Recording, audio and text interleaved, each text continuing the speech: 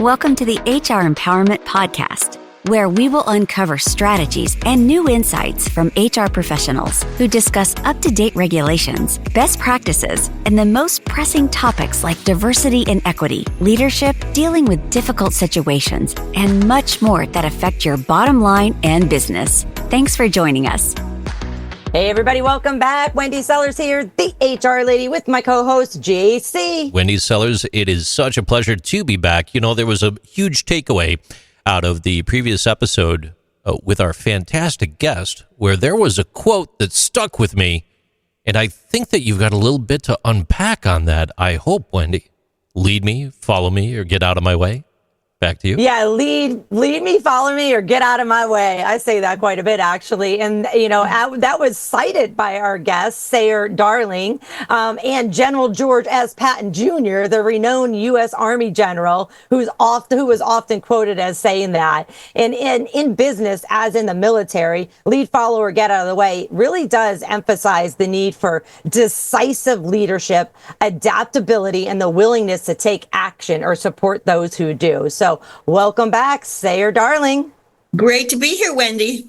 Hey, I want to ask you just some questions and get your advice on, coaching leaders, true leaders, through transitions. Where do we even start?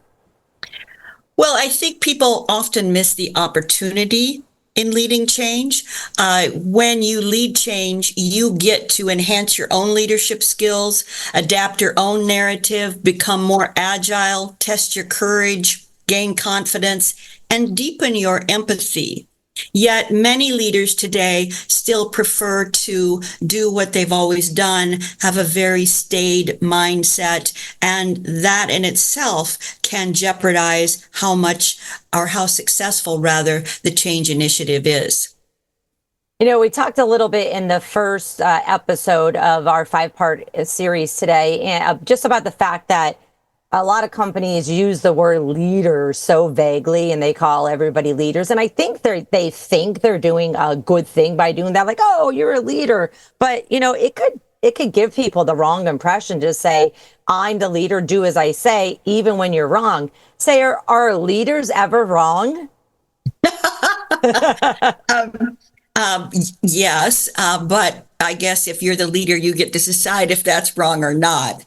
And this whole idea of a changed definition of leadership post-pandemic, so that leaders need to be able to handle differing perspectives, be able to coalesce different opinions, rather than think they always have to have the right answer. And that's a danger coming into change, because if it weren't changed, there wouldn't be something new. So bringing people into the conversation, and as leaders, being open to doing that, learning yourself, is critical to the success of a change initiative.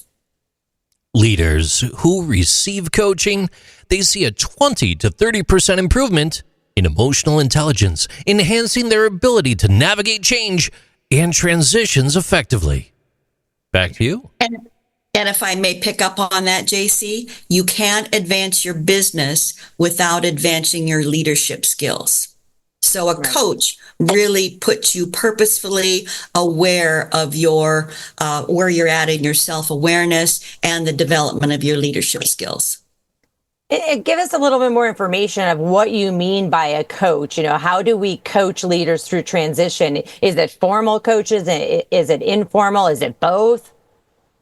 It can be both, but I would, as a ICF certified coach, I do believe that you need a real coach. You need someone who doesn't give you the answers, but really has the head-snapping questions that snaps you out of your previous mindset, or creates an awareness of, wow, I didn't know that's how I came off. Wow, didn't know that I missed that.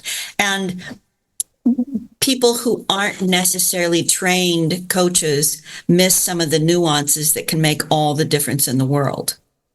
And you mentioned the ICF. Tell us a little bit about that. I was actually just explaining that to somebody today, what that is.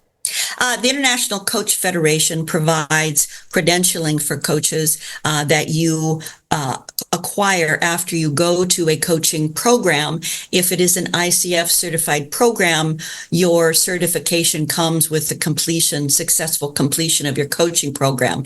That's what happened to me when I went to the Hudson Institute.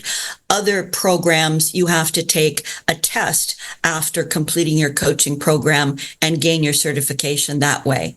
And there are different levels of ICF certification based on how many hours of coaching you have acquired.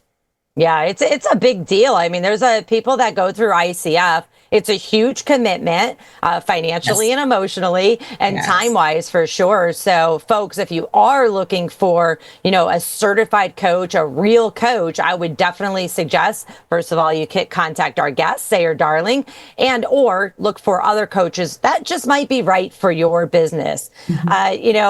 I think transitions is also something that I just want to explain or ask you a question on a little bit.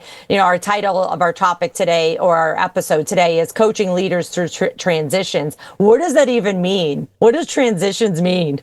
Well, not what it used to mean. Transition was, a particular phase of awkwardness, of growth, of indecisiveness, of learning more information, and that we're in a state of constant transition today. So it's a way of life. Yeah, it really is. Thank you for saying that, because it really is. It seems like it's a nonstop change, which is what we're talking about. Go ahead, JC. Yeah, just real quick, riffing on the ICF end of things, just pulled a real quick stat here. According to the ICF Global Coaching Study, organizations report an average ROI of 7 times their coaching expenditure, making hiring an ICF coach extremely cost effective.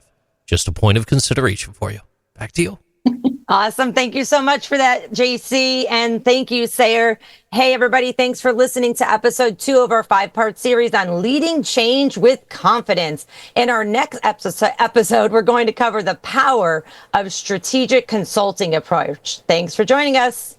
Thank you for joining the HR Empowerment Podcast, brought to you by Aurora Training Advantage. We hope you've gained new insight and strategies to navigate the HR profession.